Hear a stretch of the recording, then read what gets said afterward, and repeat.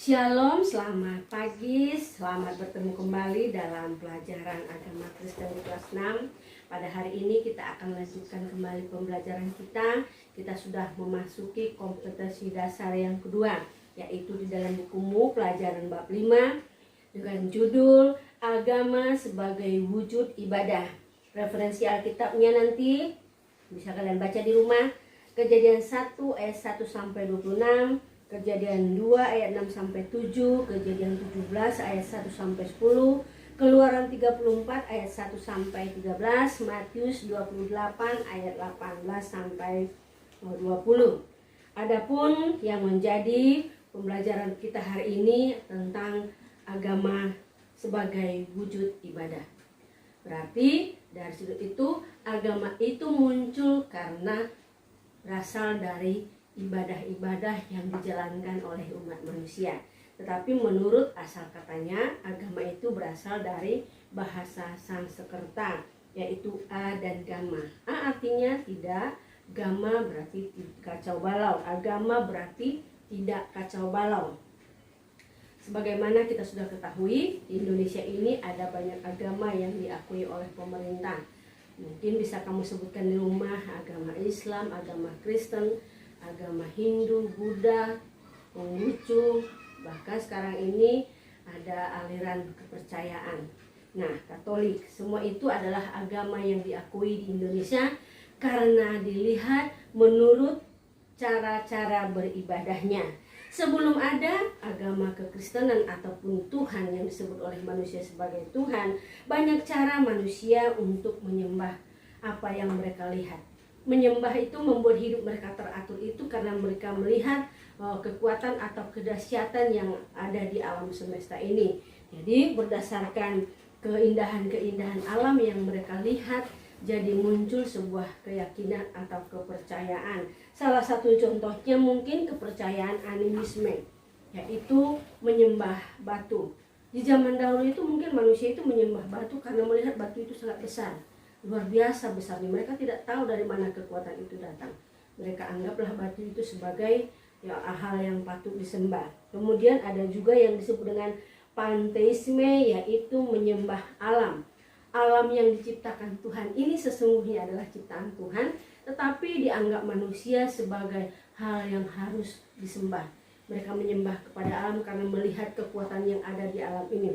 Kemudian juga ada yang disebut dengan dinamisme, yaitu menyembah petir dan laut. Ada juga yang disebut dengan panteisme, menyembah kepada dewa-dewa. Dewa-dewa disembah, itu namanya panteisme. Dan juga ada yang mengadakan upacara penyembahan kepada apa yang dilihat tadi sebagai kekuatan. Mereka memberikan sesajen atau menyembah kepada situ. Itulah agama ataupun kepercayaan yang dianut oleh manusia sebelum kekristenan datang. Tetapi yang sesungguhnya, bagaimanakah orang Kristen bisa menjadi percaya kepada Yesus dan menjadi disebut sebagai agama Kristen? Dari semenjak manusia diciptakan, sesungguhnya Tuhan sudah mengenalkan diri kepada Adam dan Hawa, yaitu menciptakan manusia itu menurut gambar dan rupa Allah, menghembuskan napas ke dalam hidung manusia, dan menempatkan manusia itu di Taman Eden. Sebenarnya Allah sudah mengenalkan diri, tetapi masih banyak manusia itu yang tidak menyembah kepada Tuhan. Kemudian dilanjutkan lagi oleh Tuhan dalam Kejadian 17 ayat 1 sampai 3. Saat Abraham sudah dipanggil dari tanah Ur Kasdim, dipanggil untuk menjadi percaya, begitu dia berumur 90 tahun, lalu Tuhan menampakkan diri kepada Abraham dan berfirman, "Akulah Allahmu yang Maha Kuasa. Hiduplah di hadapanku dengan tidak bercela. Aku akan membuat engkau sangat besar, dan kepadamu keturunanmu akan menjadi bangsa yang besar." Tuhan sendiri yang mengenalkan diri kepada Abraham sebagai Allah yang berkuasa, Allah yang akan menjadikan keturunan Abraham sebagai bangsa yang besar, Allah yang akan menuntun Abraham untuk menjadi bapa segala bangsa. Pemanggilan Abraham ini adalah inisiatif Allah sendiri, bukan karena permintaan Abraham untuk memanggil Abraham. Tetapi karena Allah betul-betul ingin agar manusia itu menyembah kepada Tuhan, itu kemudian pemanggilan itu dilanjutkan kembali oleh Allah saat bangsa Israel disuruh berkumpul di kaki gunung Mesir, di Gunung Sinai. Di Gunung Sinai Allah menyuruh bangsa Israel menyucikan diri selama 3 hari. Lalu kaki Gunung Sinai itu diliputi dengan awan. Ternyata itu adalah lambang kehadiran Allah. Dan Musa disuruh naik ke Gunung Sinai itu. Kembali dia mengenalkan diri kepada umat Israel bahwa Allah adalah Allah yang harus disembah. Allah satu-satunya yang harus disembah bangsa Israel, dan umat pilihan Allah yaitu bangsa Israel yang harus tunduk dan taat kepada Tuhan. Kembali Allah mengenalkan diri sebagai Allah yang Maha Esa, Allah yang Maha Kuasa, Allah yang satu-satunya yang harus dipercayai oleh manusia. Dan enggak hanya itu, dibarengi lagi dengan diberikannya peraturan 10 perintah Allah kepada bangsa Israel untuk ditaati. Itu sudah mulai terjawab agama tadi, tidak kacau balau. Sudah mulai bangsa Israel diberikan peraturan oleh Tuhan. Ada aturan yang diberikan Allah untuk mereka supaya ditaati sebagai perintah daripada Tuhan Allah. Tetapi pada saat itu bangsa Israel malah menyombongkan diri dengan pilihan Tuhan itu. Mereka masih tetap menyembah berhala. Sampai akhirnya Yesus lahir ke dunia ini pun Yesus masih ditolak. Yesus masih disalibkan karena mereka tidak mau menyembah Tuhan, tidak mengakui bahwa Yesus itu adalah Tuhan. Dan pertama sekali dilanjutkan lagi pemanggilan itu pada hari Pentakosta. Pada hari Pentakosta banyak orang yang bertobat setelah murid-murid diberi Roh Kudus oleh Tuhan. Kuasa Roh Kudus mengajarkan kepada umat manusia untuk kembali mempercayai Yesus sebagai Tuhan dan Juru Selamat, untuk bertobat karena mereka sudah menyalibkan Tuhan Yesus. Dan pada hari itu 3.000 orang bertobat. Disitulah dimulai yang namanya gereja perdana dan jemaat mula-mula. Dan gereja itu bersekutu, tetapi mereka belum disebut sebagai orang Kristen.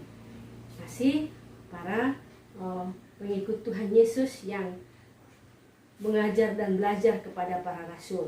Dan sebutan Kristen itu mulai dalam Kisah Para Rasul 11 ayat 26.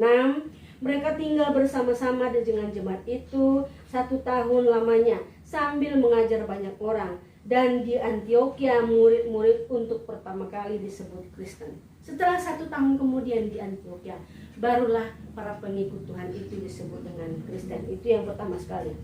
Dan yang kedua, awalnya sebutan Kristen itu adalah sindiran dari Raja Herodes Agripa terhadap Paulus, bahwa ternyata Agripa itu pernah hampir mengikuti ajaran Paulus. Dalam Kisah Para Rasul 26 ayat 28, hampir-hampir saja aku menjadi orang Kristen. Itu adalah ucapan Agripa. Disitulah pertama kali pengikut Tuhan Yesus disebut sebagai Kristen. Kristen berarti pengikut Tuhan Yesus. Dan kemudian sebutan Kristen itu kembali mereka dapatkan orang percaya sebagai pemicu kebakaran di Roma. Mereka orang percaya itu disebut pemicu kebakaran saat terjadi di Roma. Dan sebutan pengikut Kristus itu kembali dikatakan adalah Kristen. Jadi menurut Rasul Paulus, Kristen adalah pengikut Tuhan Yesus. Kita disebut orang Kristen karena kita percaya kepada Tuhan Yesus. Tapi menurut Rasul Paulus tidak hanya percaya di mulut. Seorang yang bernama Kristen disebut di Antioquia, dan mulai hari itulah yang namanya pengikut Tuhan Yesus yang mempercayai Yesus dan peraturan Tuhan Yesus, sehingga hidup manusia tidak lagi kacau balau, disebut agamanya Kristen. Dan agama Kristen yang dimaksud di sini bukan hanya sekedar lambang keagamaan saja, hanya mengaku Kristen. Tapi menurut Rasul Paulus, kalau kita mengaku sebagai orang Kristen, janganlah hanya percaya di mulut, tetapi percaya dan berperilaku seturut dengan perintah Tuhan Yesus, yaitu di dalam Yakobus 2 ayat 26. Seperti tubuh tanpa roh adalah mati, demikian juga iman tanpa perbuatan adalah mati. Kalau tubuh kita ini tidak dikuasai oleh Roh Kudus, maka kita akan mati. Tetapi iman, kita bilang kita beriman kepada Tuhan Yesus, tapi perbuatan kita tidak mengikuti perintah Tuhan Yesus, kita sama saja sudah mati. Jadi hidup seorang yang beragama Kristen adalah hidup yang beriman kepada Yesus, serta yang disertai oleh perbuatan-perbuatan yang berkenan kepada ajaran Tuhan Yesus. Di manakah ajaran Tuhan Yesus itu? Sangat banyak di dalam Alkitab kita. Yang terutama adalah kasihilah Tuhan Allahmu dengan segenap hatimu dan dengan segenap jiwamu dan dengan segenap akal budimu, dan kasihilah sesama manusia seperti dirimu sendiri. Itu semua kita lakukan. Kita sudah melakukan keseluruhan perintah daripada Tuhan. Jadi jika kita mengaku orang Kristen, berarti kita meyakini Tuhan Yesus adalah sebagai Tuhan dan melakukan semua perbuatan-perbuatan yang diajarkan oleh Tuhan Yesus.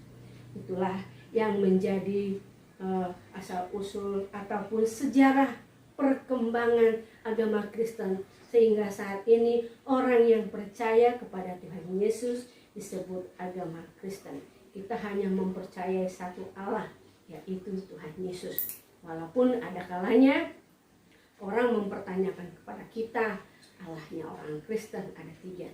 Allah kita adalah satu. Allah yang esa, yaitu Allah Yesus Kristus. Walaupun kehadirannya di tengah-tengah dunia ini dalam bentuk berupa Allah Bapa, Allah Putra, dan Roh Kudus, tapi tetap satu Allah, yaitu Yesus Kristus. Nah, waktu kelas 5 kalian sudah belajar kenapa apa itu Allah Tritunggal. Ibu tidak perlu bahas lagi di sini, tetapi kita tetap percaya bahwa Tuhan kita Yesus adalah Tuhan satu-satunya di seluruh dunia ini, dan segala lidah akan mengaku bahwa Yesus adalah Tuhan pada akhir zamannya nanti. Nah, sampai di sini pelajaran kita, dan minggu depan Ibu akan lanjutkan lagi bab 5 ini karena cukup panjang. Untuk saat ini Ibu berikan tugas yang pertama, kerjakanlah paketmu halaman 40. Yang kedua, tuliskan agama-agama sebelum agama Kristen. Tuliskan agama di Indonesia dan tempat ibadahnya.